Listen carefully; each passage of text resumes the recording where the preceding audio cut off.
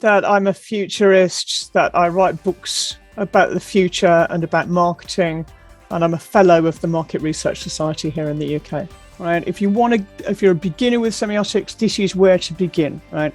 Look at whatever it is, the brand, the store, its advertising, and ask yourself on behalf of the consumer, where have I seen this before? But Unilever has developed an app which, first of all, they found that when their brand managers and their people who liaise with retail use this app, sales of Unilever brands go up by about 5%. But that doubles when they factor in semiotics. It's your consumer who's realised that their time is very precious and that somebody else is making money out of it will no longer accept loyalty schemes where all they get is a measly few points for making a purchase. They're going to want compensation for every single thing. And in a sense, they should be compensated. Every time they open your app, every time they set foot in one of your stores, whether or not they make a purchase, every time they share something, every time they mention your brand to somebody else, they will increasingly expect all of that to be compensated. As a matter of fact, if you want to know something that people don't know about me, I absolutely love xylophones and marimbas and all those big percussive instruments. And so if I had more space and had more time and more years left ahead of me in my life, I might be a professional percussionist.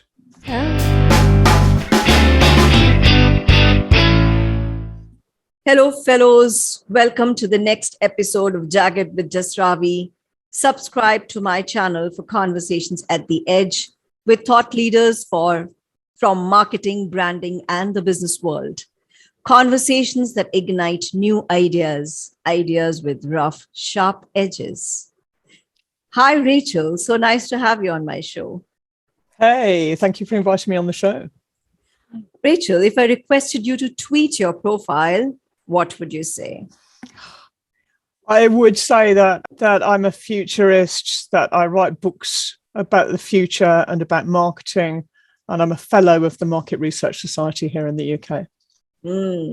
Very, very interesting. So futurology and semiotics is something we'll get into towards the end. And I think it's something that is not easily appreciated with semiotics also, understanding the future, predicting the future. Rachel, this is a fascinating field, semiotics, and most people don't quite get it. They might be awed when they look at the findings and they'd say, oh, this is so correct.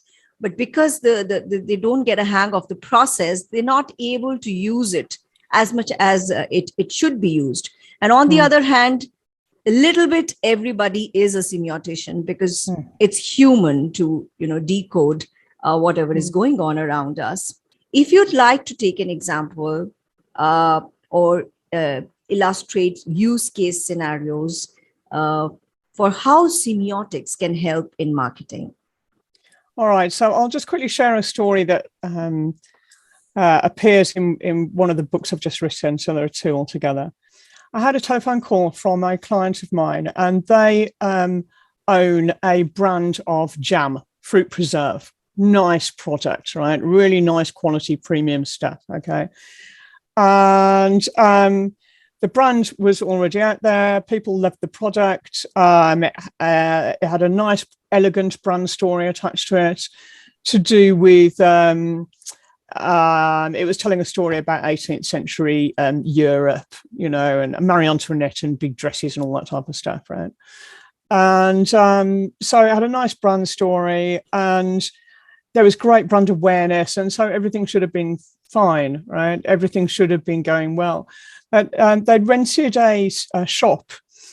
You know how in every European city and indeed a lot of cities around the world, there's often a sort of historic quarter or an old quarter of the city where the tourists go to admire the scenery, right? So they'd rented a shop in exactly that spot, just the right place, I would argue, with their attempts to be, European elegance that they were doing. And this shop was not performing well at all. And they just didn't know why. And so they called me and said, can you go down there and take a look? So I went down there and took some photos on my camera, I generally speaking, I slightly prefer still photos over video, which is what ethnographers normally do. And so I got down there and I took a lot of photos of the interior and the exterior of the store. Right? So the exterior was this kind of curved bay window. It was kind of a weird setup because you couldn't see directly into the store. You were sort of looking at a wall, basically a wall with a nice velvet curtain hanging down the back of it. Right. So in the display area of this window, there was, I guess, a plinth or a column. And on top of this plinth is a jar of jam, right? And these jars are quite minimalist. They're a nice shape, quite heavy and squat. They're not heavily decorated, just very discreet label, you know. On the wall above the jar of jam is a sort of antique looking painting of somebody who might have founded the company. And then either side of that, you've got these heavy velvet curtains or drapes. Right? And this kind of theme was rather formal, if you like, was continued inside the store. And it was clear to me that somebody had tried to make it look classy, right? I'm using that word intentionally, right? It was very tasteful, right? So the retail staff were dressed up in these very sophisticated, quite plain, restrained black outfits. There are lovely stone tiles on the floor, vaulted ceilings, rows and rows of these quite minimalist jars on black shelving. You would think it would be okay, right? But honestly, there were red flags going up for me all over the place. And so I took loads of photos and then went back to my desk, where I asked myself a key question in semiotics, and a really easy one for people to get started with, which is where you ask yourself, where have I seen this before? Right? If you're a beginner with semiotics, this is where to begin, right? Look at whatever it is, the brand, the store, its advertising, and ask yourself on behalf of the consumer, where have I seen this before? And I had some hunches, which I was able to kind of verify on Google Images without too much difficulty, okay? And where I had seen this before was the funeral parlor and the crematorium and the columbarium. So a columbarium is a room where funerary urns full of ashes are stored. Right. So they'd even got so the building was like a church, you know. It was like a crypt, the underneath part of a church, you know. So there wasn't much natural daylight. You've got these stone floors, the medieval vaulted ceilings. The staff were dressed up like modern day funeral directors. Even the furniture in store, right? So where in my part of the world, when there's a funeral, the sort of coffin or the casket will be routinely made out of a light-coloured wood, often pine or something like that, right? With, again, minimal decoration on these wooden boxes and just a few sort of discreet brass fittings, you know. They'd had exactly that for their shop counter and all their cabinets. It was really crazy. It was... So I said, you know, look, this is why you're not selling any food. It's because you've accidentally created a really upmarket funeral parlor. So that's why people are losing their appetites. Exactly. So what we're talking about there is that there's all these things that I've mentioned, right? Like the shape of the jars, the outfits, the stone floor, the heavy velvet curtains, the portrait. This is exactly what people do in funeral homes in this country. They'll have like the deceased in an urn, you know, and a nice portrait over the top. All of this stuff, all of those things are semiotic signs, right? So in this store, there were not enough semiotic signs for delicious food. And there were too many semiotic signs that consumers have seen before in the context of funerals. Now, fortunately, semiotics will not only diagnose your problem for you, but also find solutions. So I said, look, it's not that hard, really. If what we want is to tell a story about 18th century Europe, it's not that difficult. There's plenty of visual resources available to us. You know, people were not dressing up in somber black outfits. People were wearing vibrant jewel colors, sugary pastels. Furniture just didn't look like coffins, right? Furniture at that time was covered in paintings. These people love to paint like bucolic scenes of shepherdesses and lambs and that type of thing on all their furniture, you know. And even food at the time was very architectural.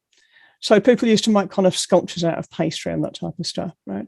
So in fact, there's a ton of semiotic signs that are really appetizing and fun and elegant and beautiful, which they just, for whatever reason, hadn't used. And so I delivered them a deck that was in 2 parts. So the first half was stop doing funerals. And the second half was, if you want to tell this brand story in a better way, here are a whole lot of semiotic signs that you can use with lots of visual demonstrations. And so they applied that in store, and then their sales finally went up. Wow, how fascinating. The question that comes is that, okay, once one has understood how wrong one has gone, I mean, then, okay, one can, do a U-turn towards the direction that they want to go. But does it not make you surprised at how can a marketer go so wrong? And that was one thing. And the other thing, when you said that the hunch, that initial is the hunch that this is not right. It's not coming together. No, and there is a C part coming. The C part is, how does a marketer actually put in processes for semiotics in place? Because whenever it comes to an ethnography, I mean, it's almost always outsourced. So many options, yeah. Yeah. But when it is semiotician, and it is like an orientation and a training, which typically is not part of any MBA school, not even market research specialization would have that, So yes, so there's an ABC. Yeah, over to you, Rachel. Okay, all right then. So let me try to tackle that. So on the subject of kind of procedure and method. So this is why I wrote the first of these 2 books. So my first book came out in 2020, which is not that long ago.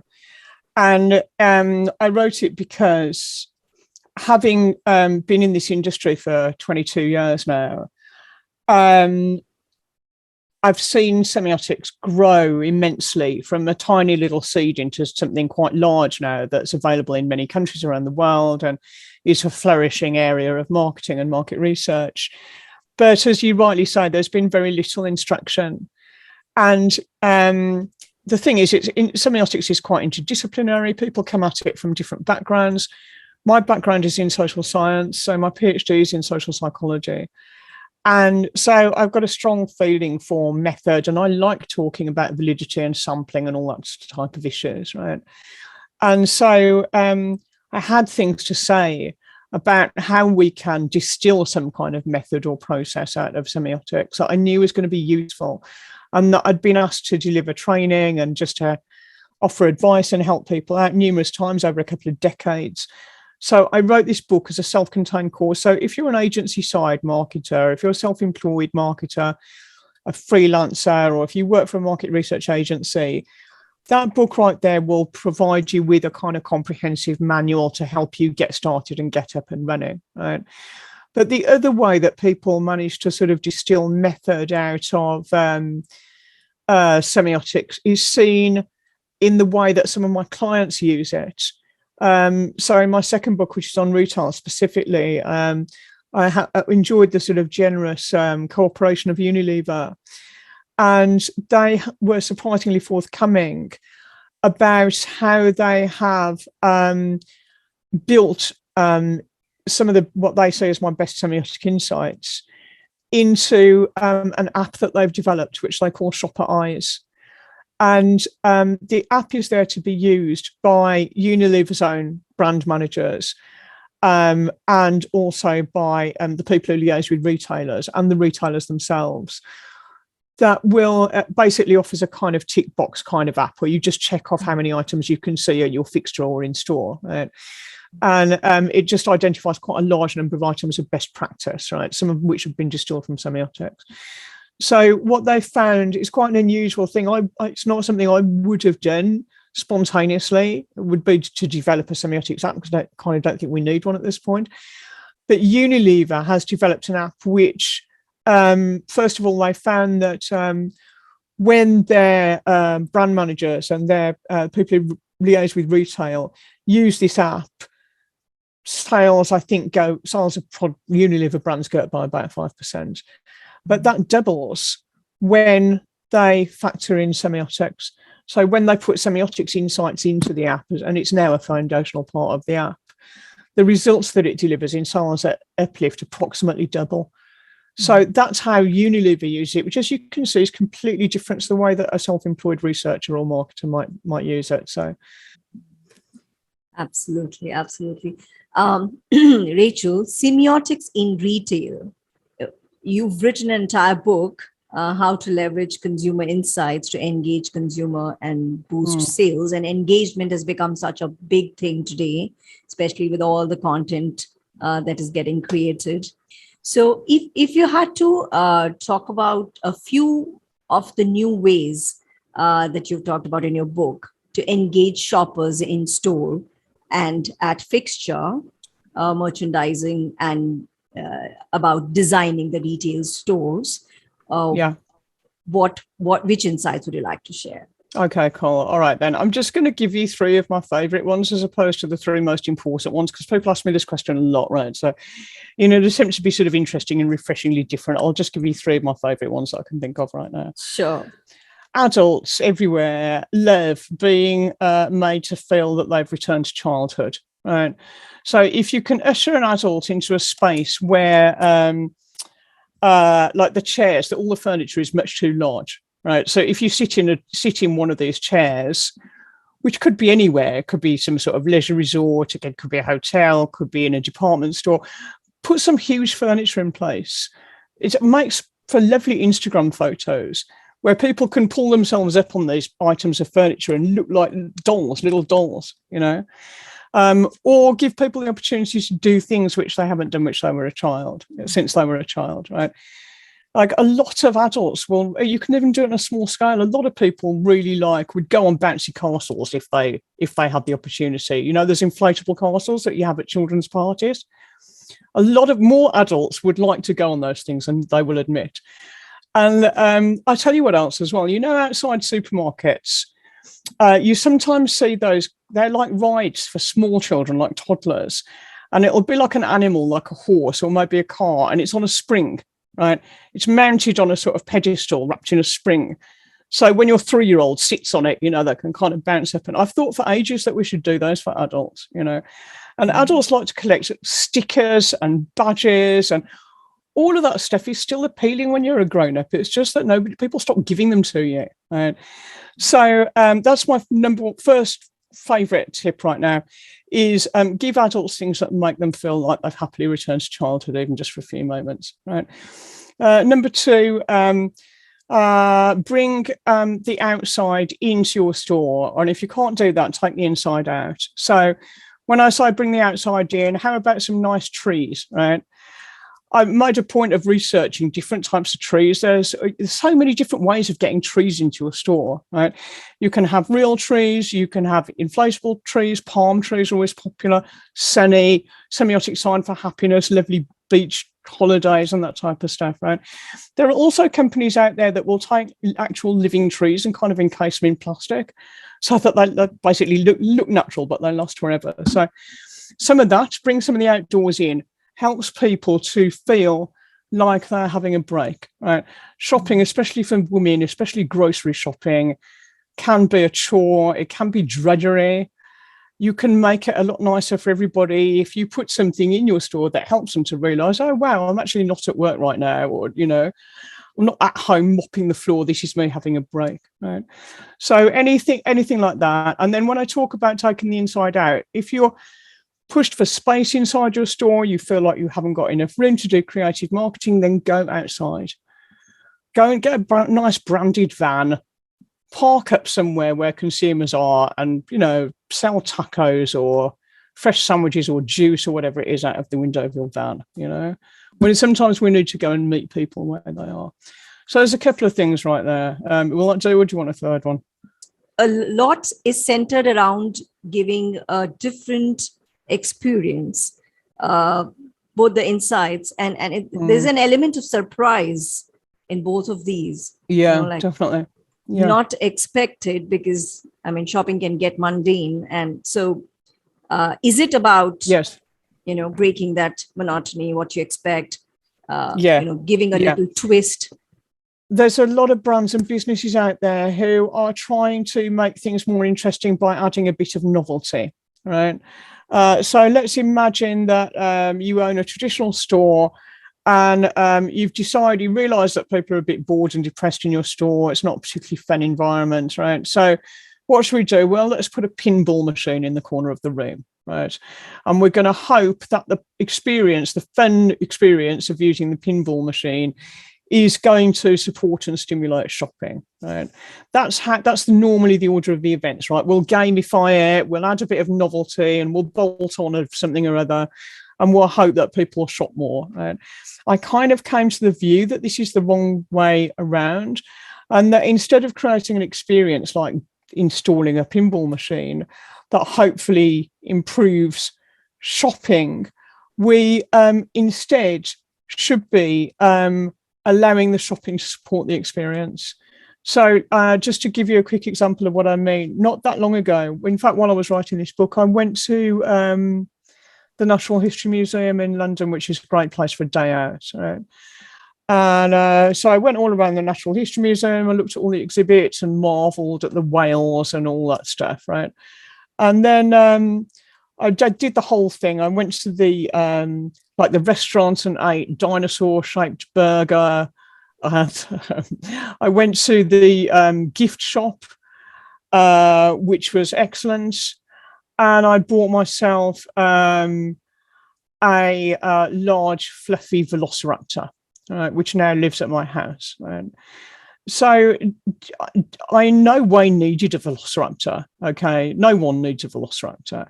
And if I really wanted one that badly, I could have just ordered one off Amazon, couldn't I? So clearly the velociraptor was not answering a need as such, but what it was doing was just like the dinosaur-shaped burgers in the restaurants, the gift shop with its wide array of fluffy dinosaurs was supporting and enhancing the experience that I'd gone there to have, which was to see novel things and learn something and feel like I was having a break from my normal routine. You see what I mean? So here we've got an institution that has tons of customer experience. It's a thoroughly entertaining place to be, where I happily spent money in both the restaurant and the gift shop that was served no real functional need, but thoroughly enhanced my enjoyment of the day out. So if we could have a bit more of that, I think that might be what it's going to take for traditional retail to survive in the digital age. These learnings, Rachel, are very relevant for a mall as well, isn't it? Because I really think I would love to see malls making a comeback. They used to be because mall had become a weekend getaway in urban towns. Especially like a city in Mumbai, there are not many museums. Also, there's not much nature. I mean, everything is a little farther off. So in the weekend, you just go either a movie or some just window shopping, perhaps. I mean, there is a bit of an exposure and there's a bit of learning that's happening just by you stepping out of your own boundaries. That's right, and limited this thing. And if consciously malls have avenues for learning, new experiences, like new cuisines anyways, they keep introducing new kinds of dresses or clothes. There's been a lot of discussion about what's going to be the future of malls now that, digital culture is here and, Amazon and Alibaba take over the world. And so some people think that shopping malls will eventually reinvent themselves as self-improvement centres. What I want to say then is that the consumer in 2022, who has any degree of disposable income, is encouraged to work on themselves all the time as a project, right? You're supposed to be constantly improving yourself, whether it's physically or upskilling so that you can enhance your career, or working on some other aspects of personal development or whatever it is, right? So there's enormous pressure for people to do all of this stuff. And a corollary of that is that tech companies like Apple are great at providing the tools and the technology for people to do all this work, right? And so some people think that what we might see in the future are malls which are a bit like a combination of an Apple store and a gym, where you can go to, I guess, exercise. They can be places of learning. Of course, you can shop. You can use technology, enjoy virtual reality, get your devices repaired. You see what I mean? So some people think that that's what malls would be like in the future. There are two types of semiotic processes that you've talked about: bottom up and top down. And so if you had to take examples and explain the relevance of both the processes. So we've actually spoken about bottom-up semiotics in some depth already. So bottom-up semiotics, which is what I like to think of as one half of the game, is where we start with individual semiotic signs and symbols. And I've mentioned lots of them. So we've talked about wooden shelving, jars that are shaped a bit like funeral urns, stone tiles, outfits that might be either black or green. All of these things are individual semiotic signs, and all of them are capable of conveying some sort of meaning to the consumer, right? Bottom-up semiotics is where a process where you go and visit your store or whatever it is, collect some data, take some photos, take all your data home and compile a list of semiotic signs. And then in each case, you're going to ask yourself, where have I seen this before? Okay. And that's going to help you to decode this brand or product or whatever it is, right? And that can be really helpful for solving big problems like a shop that's failing, but also very commonly used by clients of mine in much more ordinary everyday situations. So let's say they're doing a packaging refresh. They might have, let's say, 4 different design routes that their packaging designer has supplied to them as options, and they want to know which is the best one to pick, right? So semiotics, bottom-up semiotics will answer those kinds of questions in a very straightforward way.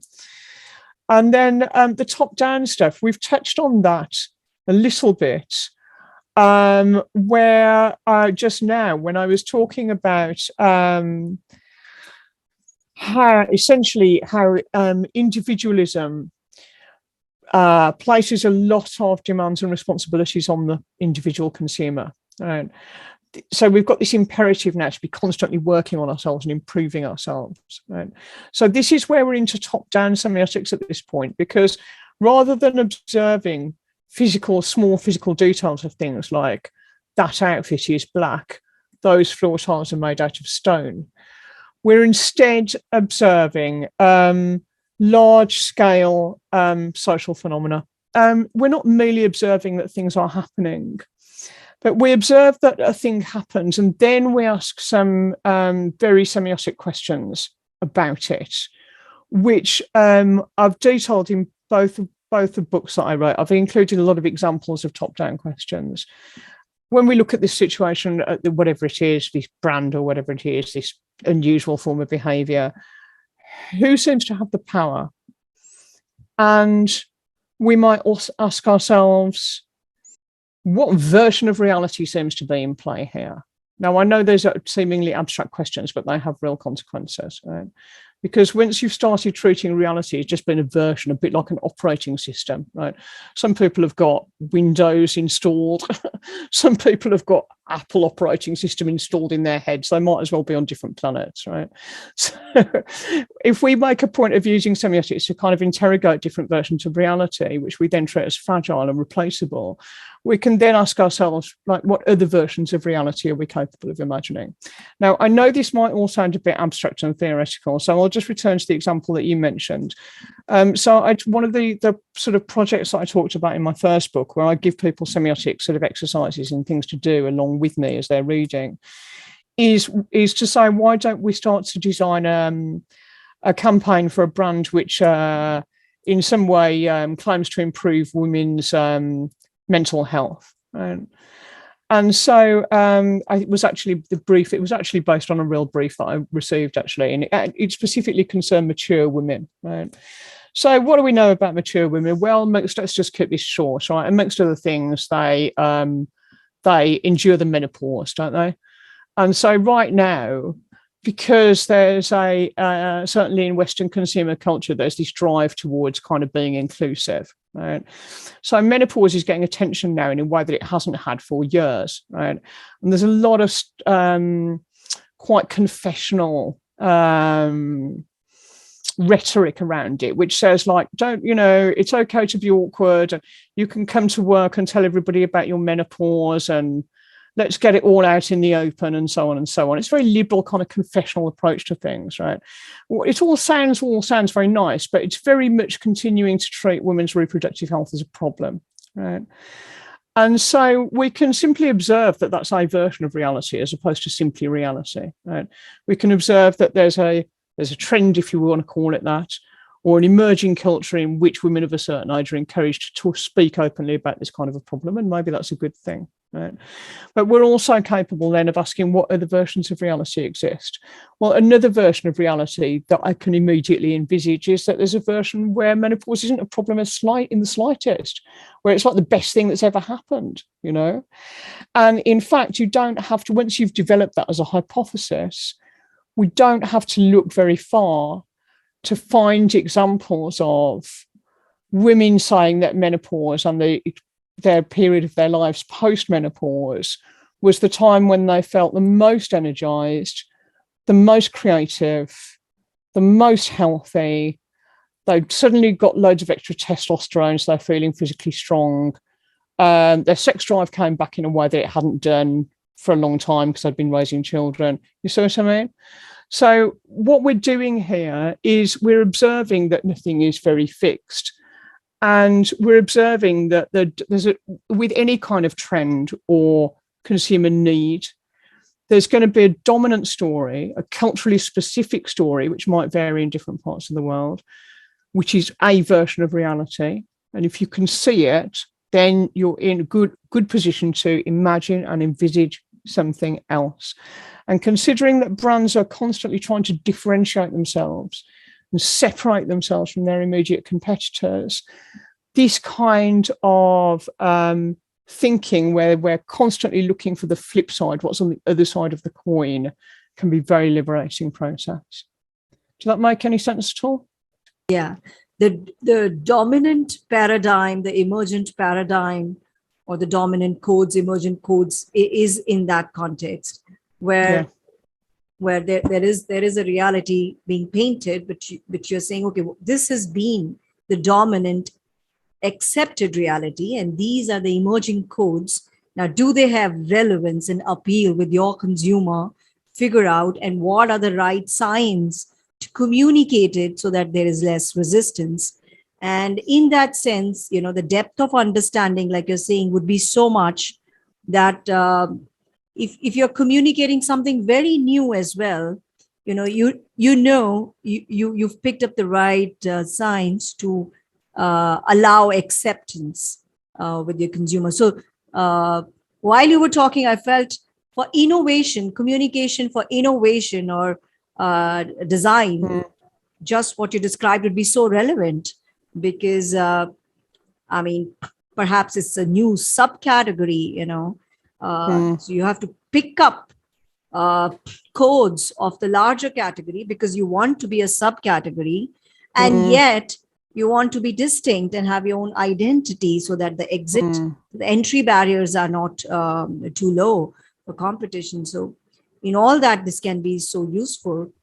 So Rachel, future of semiotics, if you had to pick up, two trends or two aspects. So in terms of where it's getting applied, so typically it's considered, like, it can get considered time taking, just like an ethno is.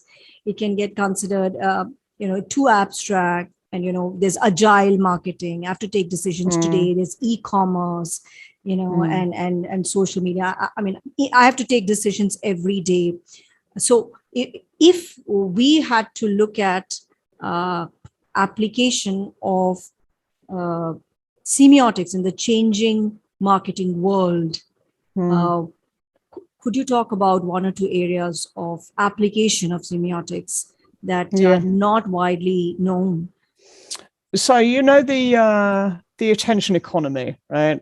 Where you've got, every time you look at your handheld device or whatever it was, you've got, you know, kind of Alibaba and Big Basket and Amazon and all these companies kind of competing, right?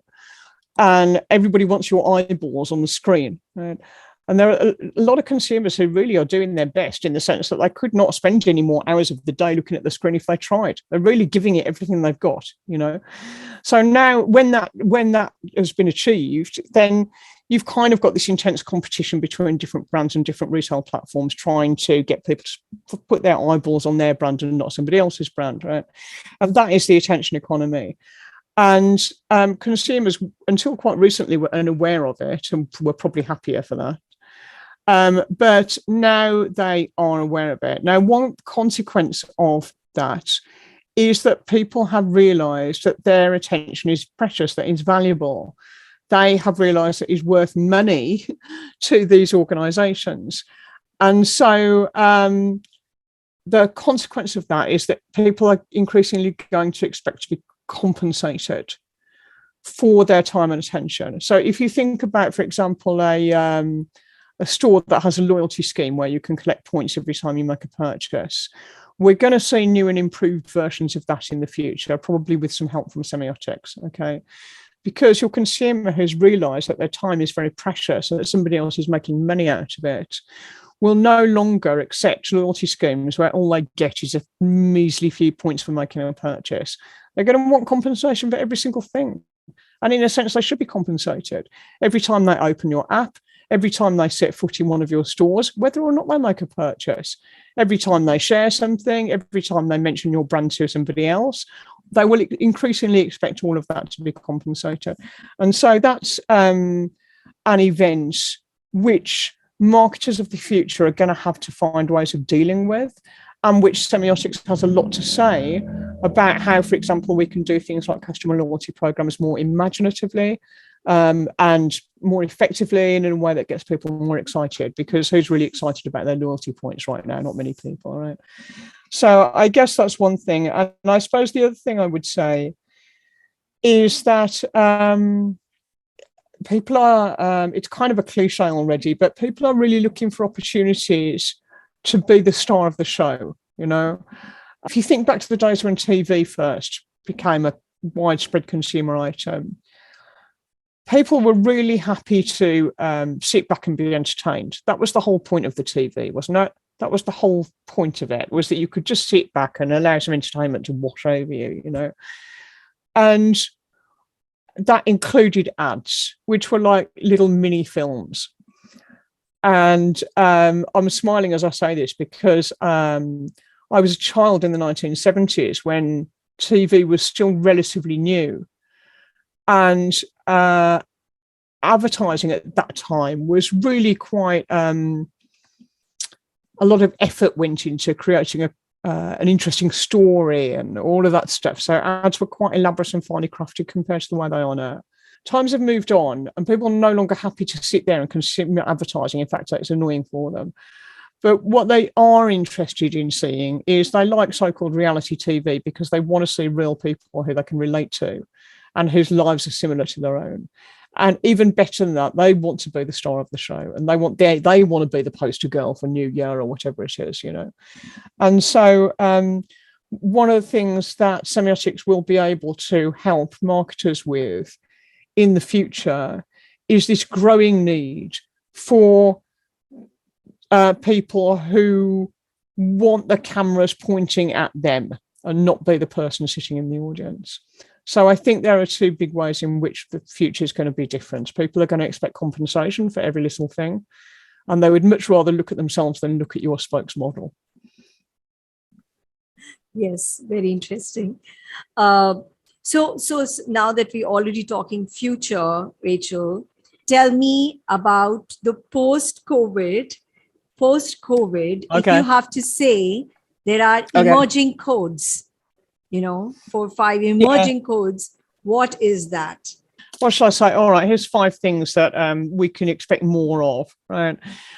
Thing number 1, we can expect relationships to become even more digitally mediated.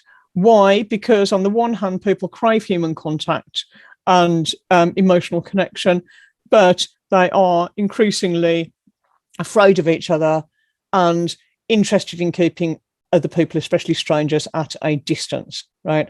And there will soon come a time, maybe next week, where digitally mediated relationships like the one that you and I are having right now become the default, the norm, and the desirable state of affairs for most people most of the time. That's thing number 1.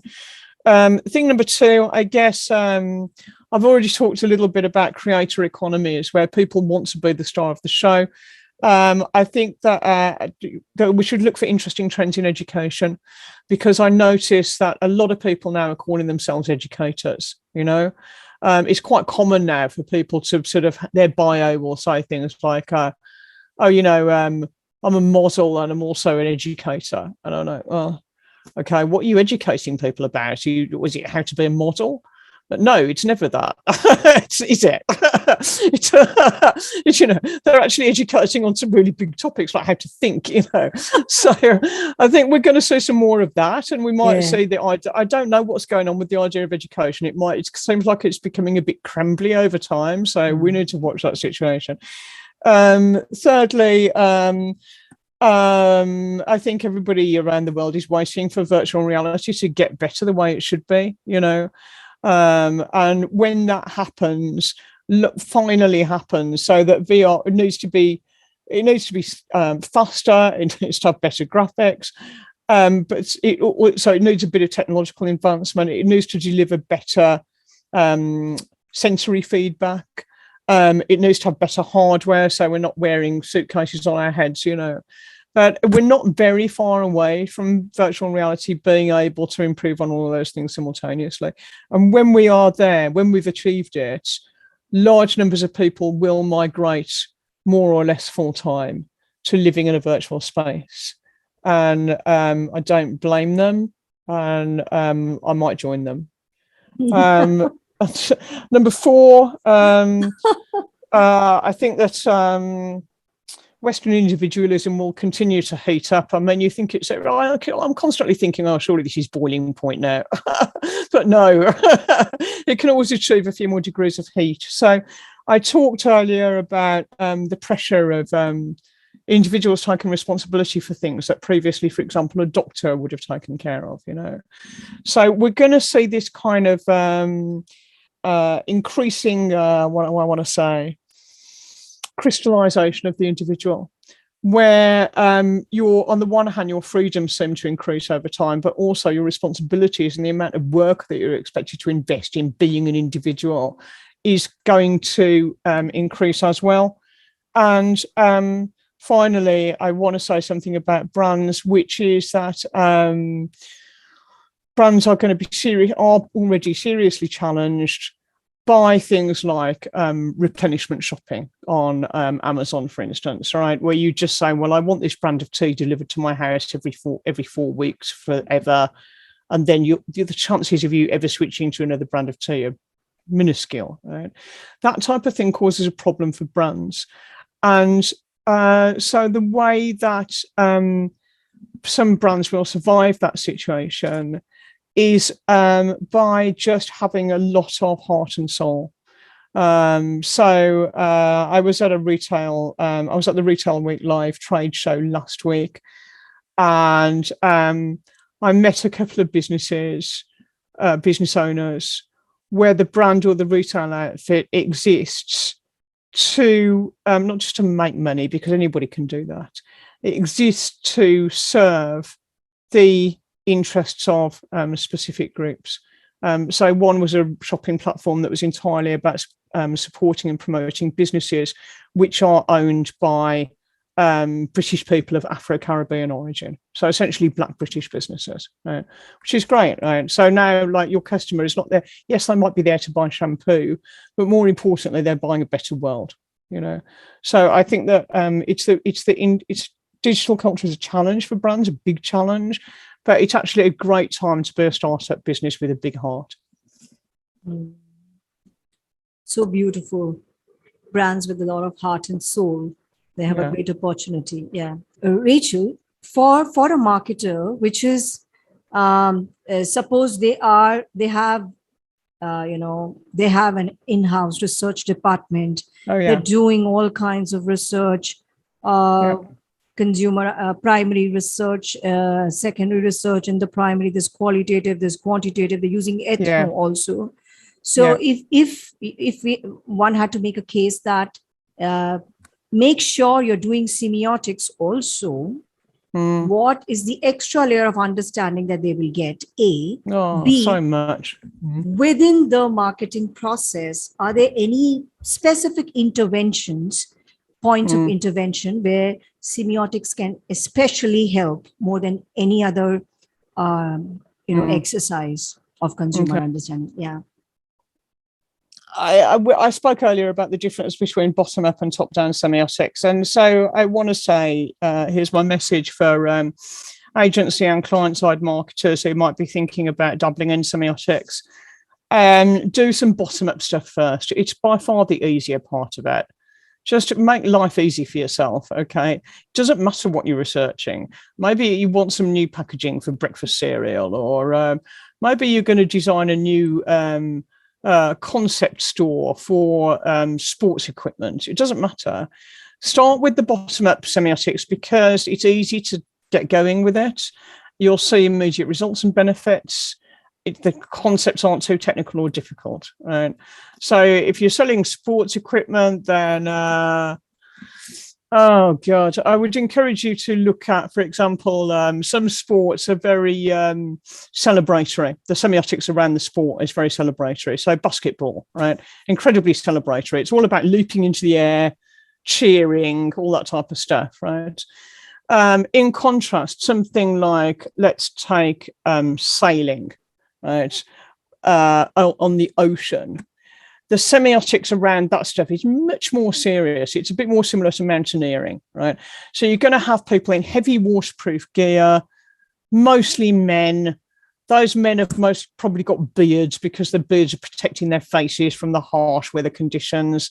There's going to be loads of photography where there was clearly strong wind, and the models or actors in your photos are doing a display of, look how rugged I am, and look how able I can handle anything, whatever life can throw at me, we can do it. And it's all about how tough you are, whereas basketball completely different. It's like relatively more like a party or something, So if you've got a sports brand, I would encourage you to ask those kind of questions. If on the other hand you're selling sweets to children, then you're going to have a different bunch of semiotic signs, right? There's going to be questions about whether you do want to use animal mascots on your packaging and that type of stuff, right? So whatever it is, start with some bottom-up semiotics because it's much the easier way to begin.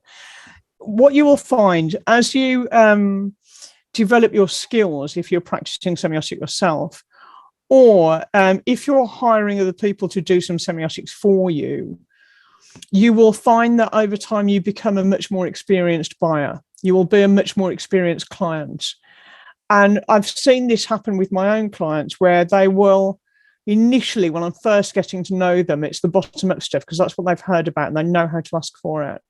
When I'm debriefing them back and talking about the state of the world, then they're able to see like, oh, this is about more than which is the best packaging design option, you see. And then they will start to come back to me with briefs which are more about the top-down stuff, about social trends and emerging consumer needs and all that type of stuff.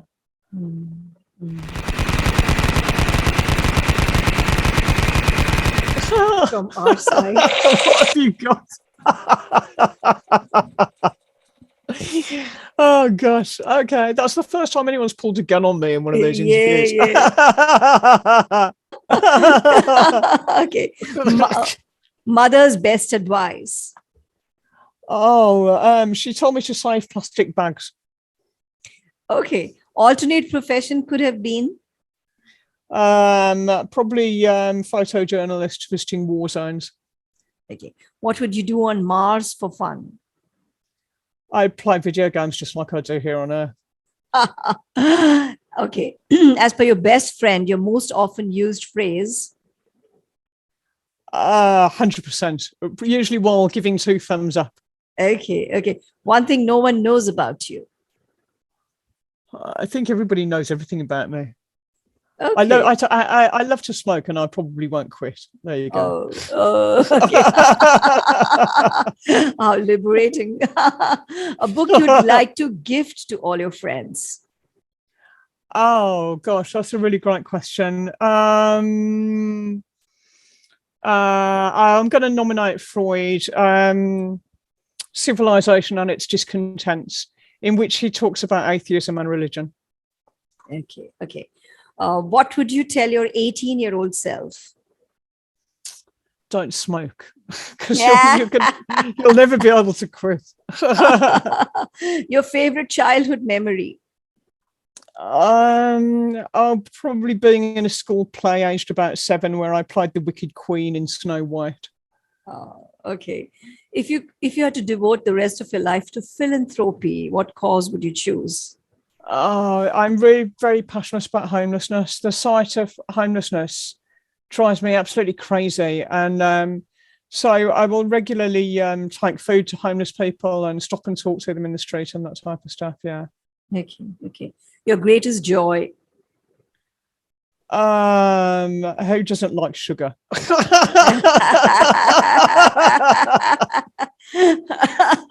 Yeah. How would you like strangers to remember you? They thought that I was entertaining and that I made them think new thoughts. Yeah. Okay. Okay. What's a lesson that took you a long time to learn? Save for retirement. What's one missed opportunity that you wish you could have a second chance at? Like a lot of kids, I had a few lessons on various different musical instruments when I was a child, and then I didn't pursue it after I left school. So as a matter of fact, if you want to know something that people don't know about me, I absolutely love xylophones and marimbas and all those big percussive instruments. And so if I had more space and had more time and more years left ahead of me in my life, I might be a professional percussionist. Oh, very interesting. Okay. What's next? More books. Write more books. There's more. Now I've started talking. I'm unlikely to stop. Yeah. Okay. So there's more where that came from. So Rachel, it's a wrap up now. I request you to share any online addresses, emails, books. We know they are available on Amazon. So all this will be available on show notes as well. But if you could quickly give us an idea. Yeah. All right, then. Fantastic. Yeah. So as you know, there are 2 books. The first is Using Semiotics in Marketing 2020. The new one is Using Semiotics in Retail 2022. And you can buy them from Amazon, where it's available worldwide. They deliver worldwide. You can also buy from regular bookstores or from my publisher, koganpage.com. That's KOGAN page, PAGE.com. The reason I mention that is because if you buy from Kogan Page, you can use a discount code to get 20% off. Right? So the discount code is Semiotics20. So that's SEM for mother, IOTICS 20. And if you use that code at koganpage.com, then you can get 20% off one or both books. That code is valid until the end of June. Superb. That's very helpful. Any online addresses that people can reach out? 100%. Yeah, there you go. I said it, didn't I? 100% with both thumbs up. Right? So my name is Rachel Laws, LAWES. You can look at my website, Laws Consulting, or laws-consulting.co.uk, where you will find quite a few videos and downloadable resources. Also, it's a great idea to follow me on LinkedIn, where I make announcements almost every week about different events, conferences, training courses, things that people can get involved in, and all that type of stuff. And also, I'm quite chatty, so if you have a question about semiotics, that's a good place to find me. Awesome. 100%. 100%. Right, kids?